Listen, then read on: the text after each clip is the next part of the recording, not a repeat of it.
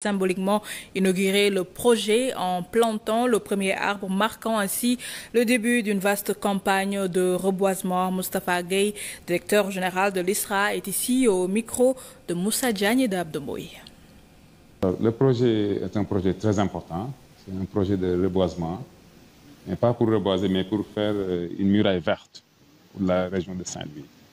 Alors, c'est un projet qui est mis en œuvre par l'Institut sénégalais de recherche agricole à travers plusieurs de ces entités qui est coordonné par le Centre national de recherche forestière.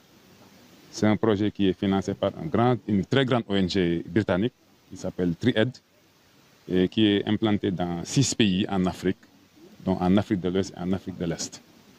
Alors, le projet a pour ambition de produire et de planter 500 000 arbres pour une superficie à peu près de 1200 hectares.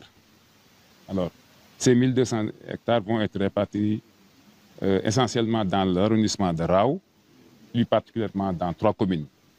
La commune de Pal, de Fass Ngom et de Gandon. Alors, c'est extrêmement important parce que, comme vous le savez, le changement climatique a affecté les zones qui sont dans la vallée, en particulier dans le delta. Alors, si nous ne faisons rien, l'effet du changement climatique va davantage impacter négativement les communautés et les acteurs qui vivent dans ces terroirs. C'est un projet qui va concerner à la fois la recherche, mais également aussi les services techniques, mais surtout les communautés qui sont à la base.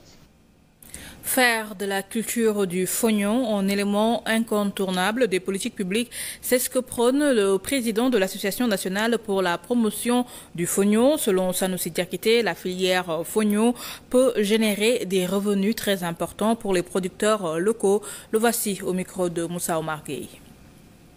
Le fognon est une chance pour nous, et aussi bien sur le plan nutritif que économique, parce que ça génère de la richesse.